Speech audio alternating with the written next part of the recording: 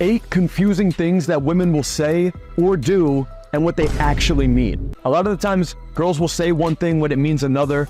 Guys get confused about all of this shit. So in this video, I'm going to be breaking down these concepts, starting from the beginning of an interaction. And as we go deeper into the later points, I'm going to be going into the conversation, leading into a date, leading into the bedroom, all the way into long-term dating. So watch this video in full because the concepts are going to continue to stack on top of each other. So regardless of where you're at right now, you're bound to experience one of these situations, if not multiple of these. So watch this video in full. There's a lot of powerful concepts in this. So let's get into confusing shit that women say. Point number 1, which is he's so hot or he's so sexy. The big misunderstanding with this is that guys and girls don't think the same way. So as a guy, if we see a girl and she's hot or she's sexy, we're in, right? I want to get to know that girl. I want to go on a date with the girl. I want her in my bed. I want a lifetime with that woman. With girls, it's not the same way. A girl can look at a dude from a distance or on social media or in a classroom, wherever it may be. She can see a guy and think he's very hot, but that by no means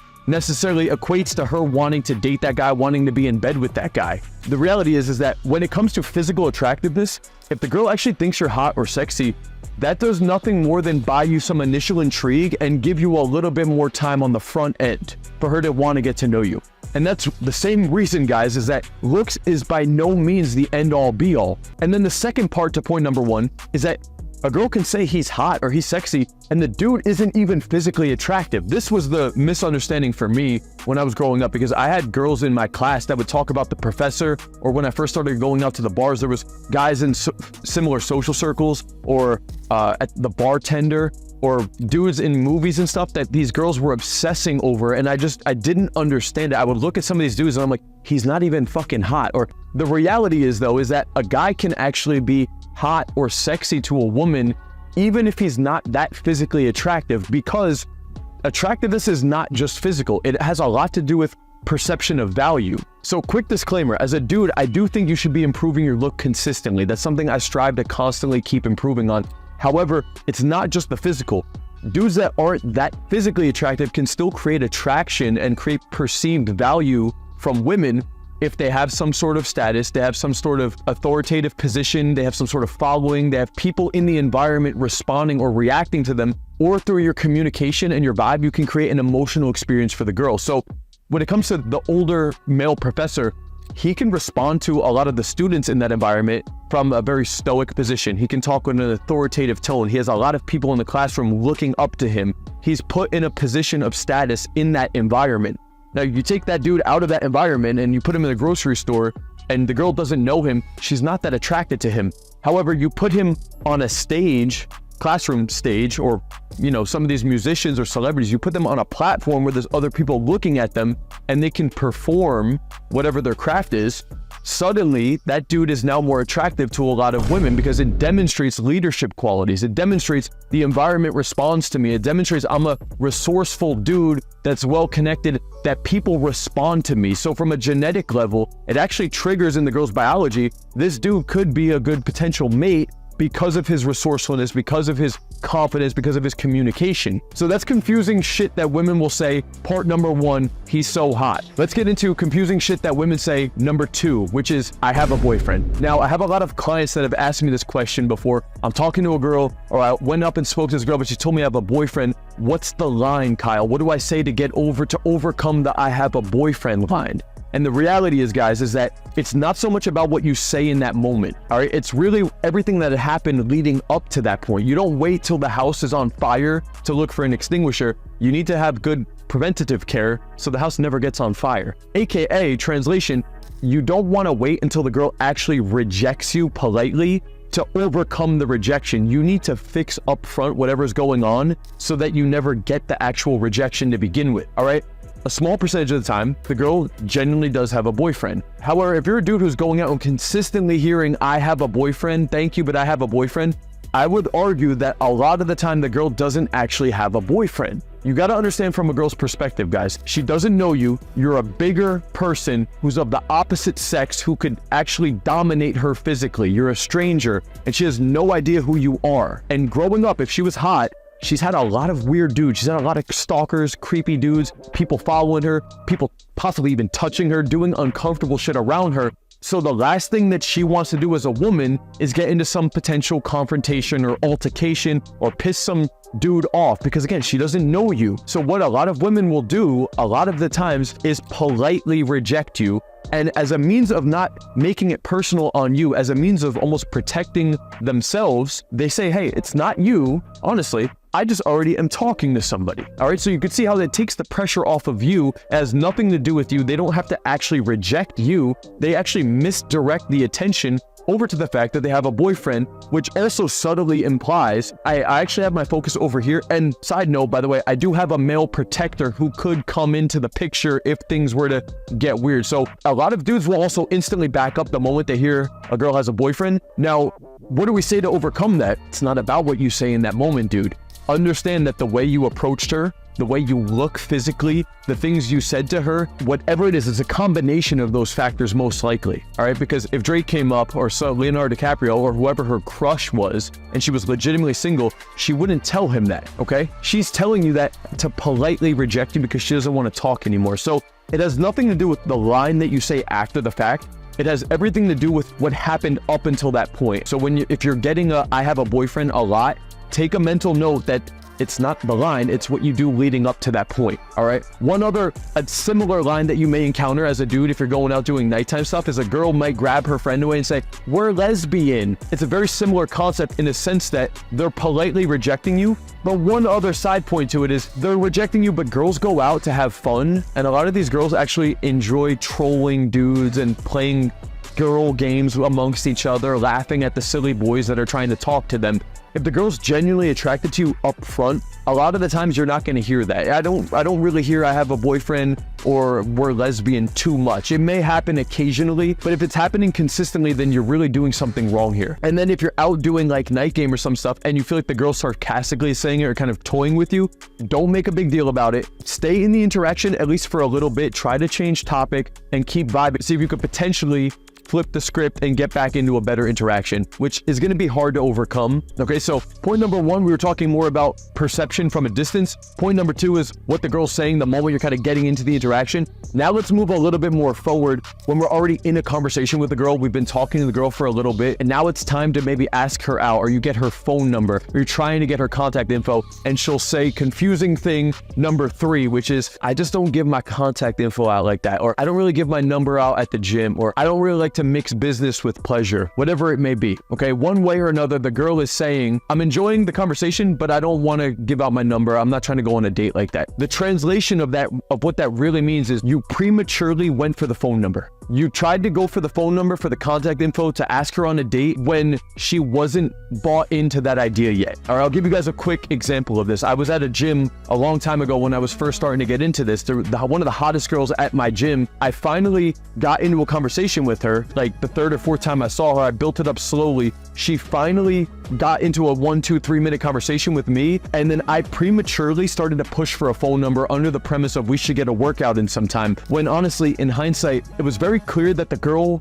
was not anywhere near comfortable enough or enjoying me enough to want to get a workout in with me. And as a dude, this might be kind of a mindfuck, because if you're talking to a girl or if you see her at class and she's kind of vibing with you, some of you dudes may think, cool, let me just go for it. However, as you get to more and more, I guess, advanced levels, you get more experience with this stuff, you're going to start to see the difference between a girl who has enough interest to have a conversation with you versus a girl who's going to have enough interest to actually give you an Instagram or a Snapchat versus the girl who will legitimately give you a phone number versus the girl who will give you a phone number but not text you back versus the girl who will give you a phone number, text you a couple times, and then when it comes time to go on a date, she'll stop responding, she'll leave you on red, or she'll set up a date with you on text, but then when it comes time to go on the date, she'll just end up flaking, or versus the high interest girl who legitimately will text you, go on the date, clear out her schedule, and show up on the date with you. Okay, so there's just different levels to this stuff, and you guys need to recognize where you're at in the interaction with the girl. If you're just getting started with this, it does take a little bit of experience to build up the subtle nuances to get a feel for where we're at in the interaction. But the reality is that if you're getting,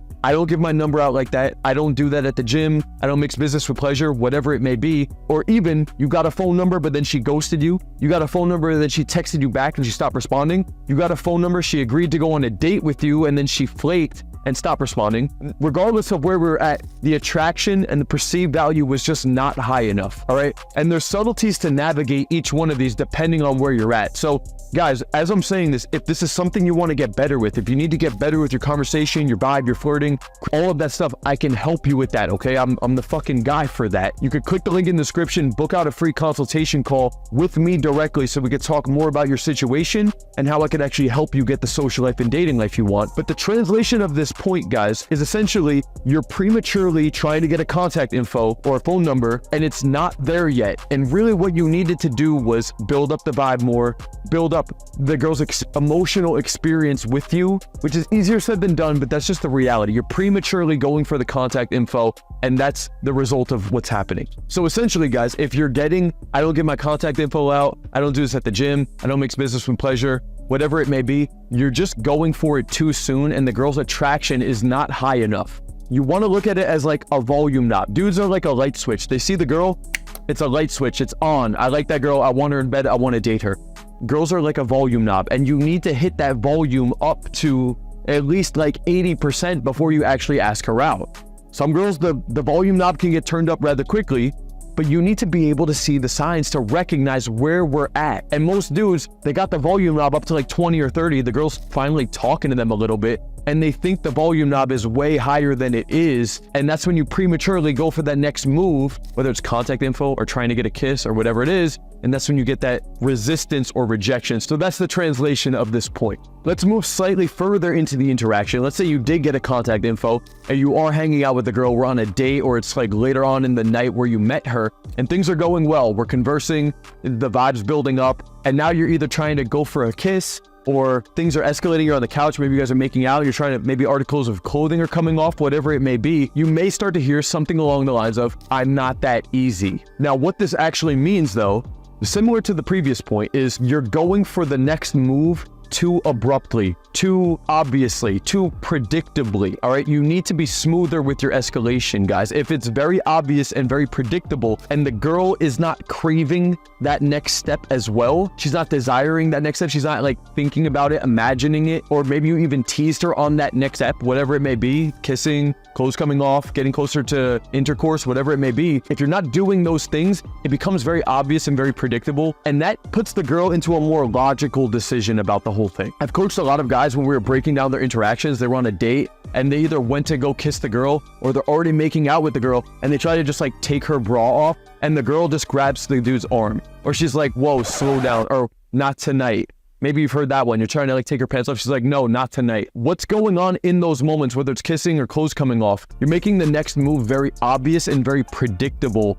And it's because of that that the girl's saying, I'm not that easy. So if she says something like that, I mean, just think about it logically. She's actually saying like, that was too obvious of a move. That was too direct of a move. That was too big of an escalation. That's what she means in that moment, is I'm not emotionally at that level yet. And you're kind of very obviously trying to go to that level. And it's just not that easy. The reality is though, guys, is like, you can actually kiss girls a lot earlier than you think. It doesn't need to be date 3, 4, 5, 6, 7, whatever it may be, making it very obvious for the next move. So instead, you need to learn how to slowly escalate things in a less obvious way and not focus so much on doing the next step, touch here, kiss here, do this, take this off. And instead, you need to be nice and slow with the escalation in a way that isn't you chasing, okay? You also need to be the one, as things are building up, you need to be the one that can pull back from time to time, all right? You need to be the one that can raise up the escalation a little bit and then you pull it back, you push on the brakes a little bit, you tease her on that next step, you can wrap up her imagination around the idea of that next step and maybe even get her craving that next step. All right, when dudes are very logical about just touch here, resistance, that's when the girl's like, whoa, slow down, I'm not that easy. All right, so you got to work on your escalation. There's a lot of different videos on my channel about escalation and how you guys can become more smooth with that stuff as well. But that's the translation of it. Let's move into confusing shit that women do. Number 5, which is she either kisses you on a date or on the night out that you met her or gave you a phone number and then she ends up just completely ghosting. Might be one of the most frustrating experiences as a dude if you actually went on a decent date or you met a girl out one night and you guys end up having a pretty good experience from your perspective, end up kissing the girl, getting a number, and then she actually never fucking reaches out to you or ghosts you after that. Now, one thing to understand, this was hard for me to understand initially, is that girls can kiss a dude on a night out or on a date and actually have no expectation of wanting to see that man again. It doesn't happen for all women, all right, but there are a big percentage of girls that will go out, they will kiss a dude in a nightclub, they will kiss a guy even on a date, and they will not want to see that dude again. Now, as a dude, this can be kind of confusing because you're like, well, we're kissing, but like, what's going on? But it's different for men and women because like, as a dude, there are a lot of dudes, and this isn't every guy, but there are a lot of dudes where honestly, you would smash a certain caliber of girl, but you wouldn't actually go on a date with her, right? If it's like,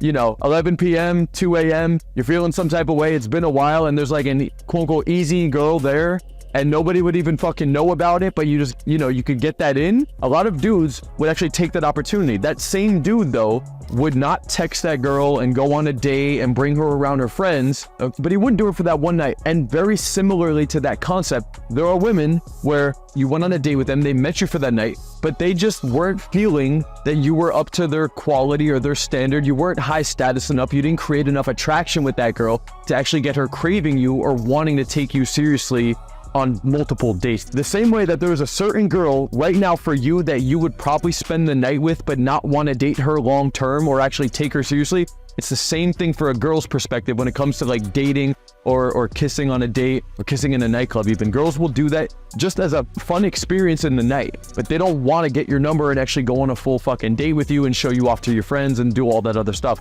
There's just a different threshold that you would need to hit in terms of attraction and perceived value in order to actually convert that to a further step. Now let's go slightly further into the interactions, into the dating.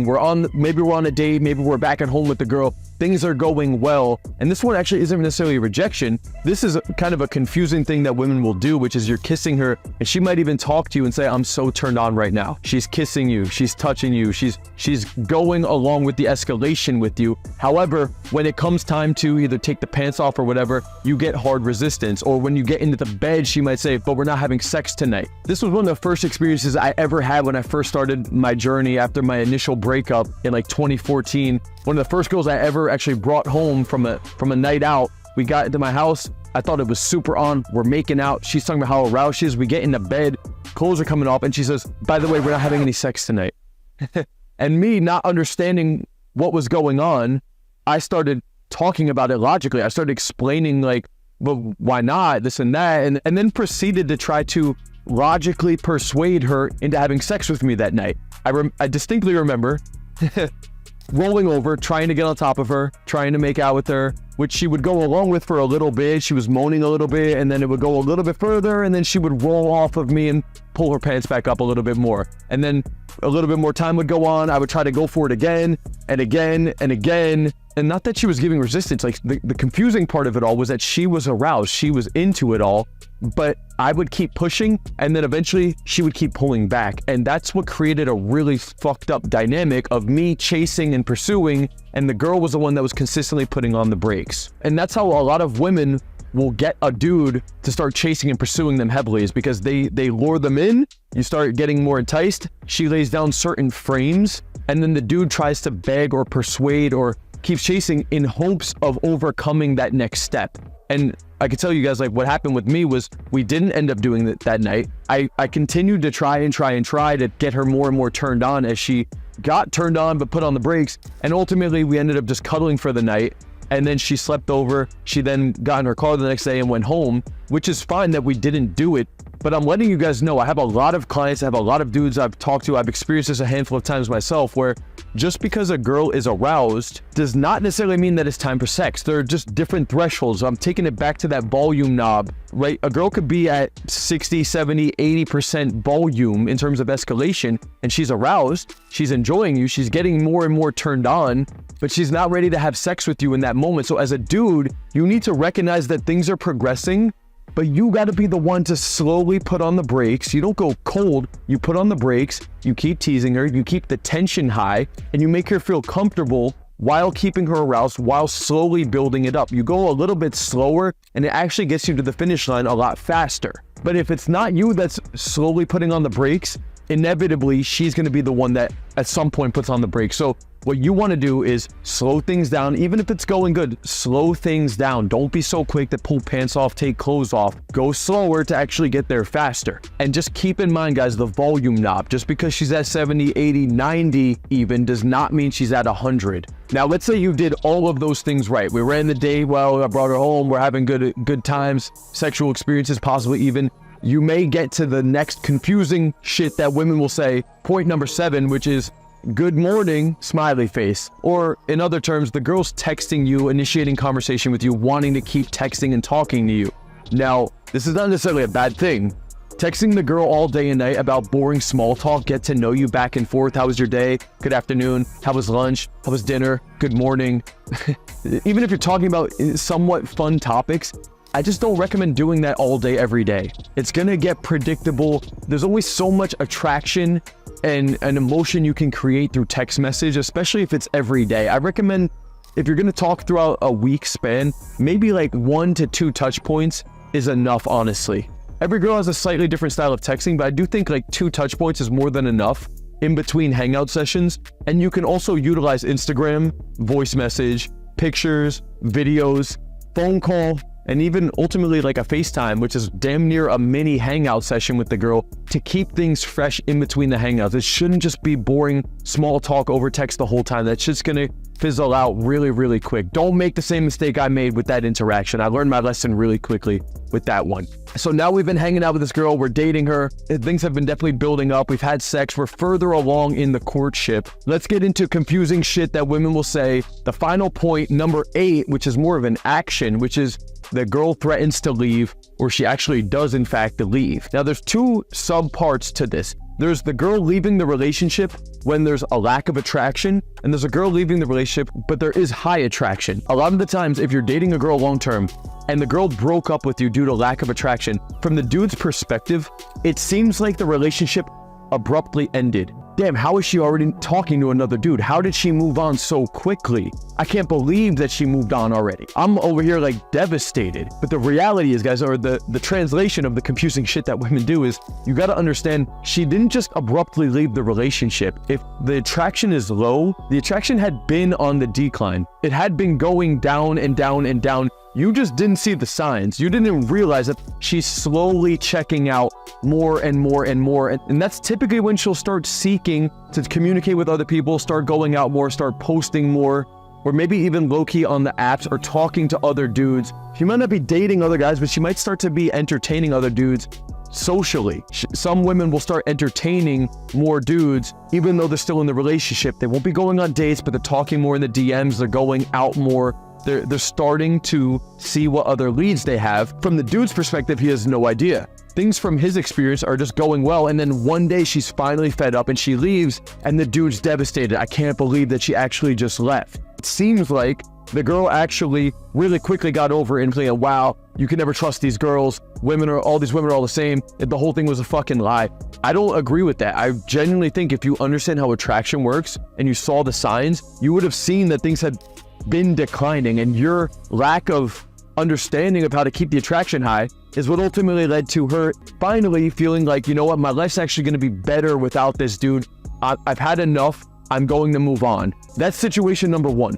Let's go into situation number 2, which is it ends, or the girl's threatening to end it, but the attraction's still high. This could oftentimes happen because the dude got caught cheating, or it doesn't necessarily need to be based around cheating, but the girl could be unhappy for one reason or another in the relationship, but she still has a high level of attraction for the dude. It's like the dude's been laying the pipe right. He knows how to keep things flirty. He hasn't compromised himself. He's not failing her test. He's still leading properly with a lot of fucking things in the relationship. He's still that dude in the relationship long term. However, the girl is starting to threaten things, or maybe the girl even threatens to break up, or after a couple of those instances, she actually does break up.